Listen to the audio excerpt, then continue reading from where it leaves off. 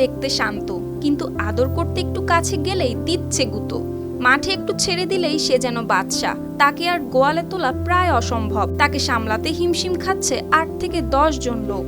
প্রায় 8 ফুট লম্বা, 5.5 ফুট উচ্চতার, 1200 কেজি ওজনের এই অস্ট্রেলিয়ান ক্রস জাতের বিশাল ষাঁড়টি দেখে যে কেউ আকৃষ্ট হবেন। আর এর সবচেয়ে বিশেষত্ব কি, শরীরের চেয়ে নাকি মাথার আকৃতি বিশাল, কপালে চকচকে চাঁদ আঁকা। তাই মালিক শখ করে ষাঁড়টির নাম রেখেছেন বড় চান। যখন এটা ঘরে থাকে তখন সে খুবই ভদ্র থাকে, কিন্তু বাইর করলে ওর চেহারা অন্যরকম হয়ে যায়। ও আগে কমান্ড শুনতে পারতো, সালাম দিত লোকজনকে, কথা বলতো, বাচ্চারা আসতো, ধরতো, ও কোনো ডিস্টার্ব করতো না। কিন্তু যখনই পরে খাবার একটু সমস্যা হয় তখন সে একটু আন্ডলি হয়ে যায়। এটা বড়চন্দ্র নাম দেওয়া হয়েছে এই কারণে আমার যতগুলি গরু আছে সবগুলি কপালে চাঁদ আছে। চাঁদ থাকা বললে আমার নাতির আছে, ঢাকা থাকে, ওরা সবাই মিলে ছোটো থেকে আরম্ভ গ্রেট অনুসারে ওরা নাম দেয়। তো এটা যেহেতু সবচেয়ে বড়, এই জন্য নাম দেওয়া হয়েছে বড়চন্দ্র। রাঁধুনি রেডিমিক্স মাংসের মশলা, ব্যাস হয়ে যাবে ঝটপট দারুণ রান্না।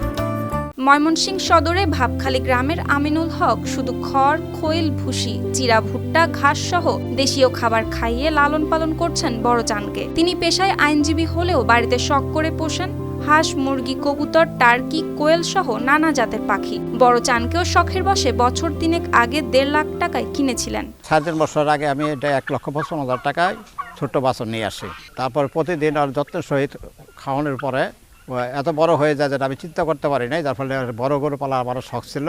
এই বড় পালার শখ থেকেই আমি একে যত্ন করে এতদিন পর্যন্ত পালছি। 3-4 জন লোকেও এটাকে কন্ট্রোল করতে পারে না।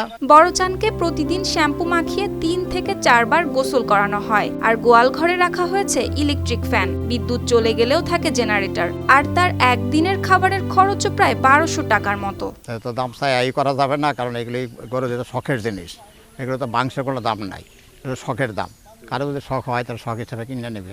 বিশাল ষাঁড়টি দেখতে ক্রেতাসহ গ্রামের লোকজন, আশেপাশের গ্রাম থেকেও নানা বয়সের মানুষ প্রতিদিন ভিড় জমায়। আমার ভাই শখ করিয়া ফালছে গরুটা, মনে করেন অনেক দিন ধরে, মানে 4 বছর ধরে ফালতেছে, অনেক টাকা খরচ করে ফেলাইছে, কিন্তু শখের বশত ফালছে, বিক্রি করার জন্য করতেছে আর কি।